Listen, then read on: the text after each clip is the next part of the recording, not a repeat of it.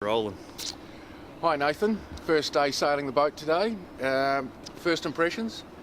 Yeah, it's a pretty cool boat, the Yeah. AC40. I obviously never sailed one of these boats before, so it's pretty cool to be given the keys and commission the boat. And we had perfect conditions for it today, 10, 12 knots most of the time. And yeah, she worked really nicely. And we'll start with the tow down. Obviously towing down the harbour here and pretty quickly up to pace. Is that on autopilot or manual? Yeah, so we were autopiloting. So we did all the tow tests yesterday, which went well, and just making sure that works for the one design with the autopilot. And yeah, so we towed all the way to the back paddock, like 25 knots most of the way, and the autopilot did its job. And so you're just inputting the heading, you're not nothing to do with ride height? No, you're just steering, and Yeah. you can control your height and the trim of the boat. So there's the attitude sort of thing. Yeah, so you got two buttons. You can basically increase your ride height or decrease it with a plus-minus button. Got you. Goes in about 100 increments. Yep. And then the trim is the same. Like you can just change the attitude of the boat. Yeah. She's pretty wet on takeoff, but once you're in the air, it's quite nice. Form stability at low speed, it does look quite tender.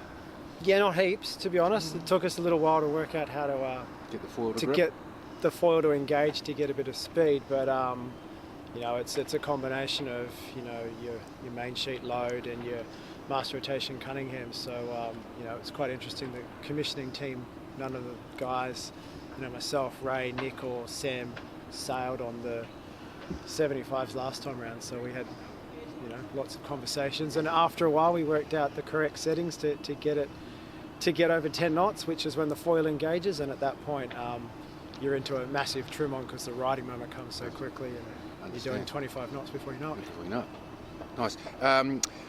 So we noticed first sail on starboard, it looked very stable, and then the second to the fourth sail, where you weren't so much on the breeze, you're more reaching, you'd get a puff or you'd do a big bear away and the ride height would change considerably. It would seem to bear away and come up to almost cavitate. Yeah, I think the ride height, like the autopilot's pretty good upwind. And then as soon as you start to increase speed or you start to reach or you start to go downwind, I think the speed at which the boat's going through the waves is quite different. I think they went through similar things on the foiling chase boat, where when you have a high frequency and you're going through the waves, the boat responds nicely.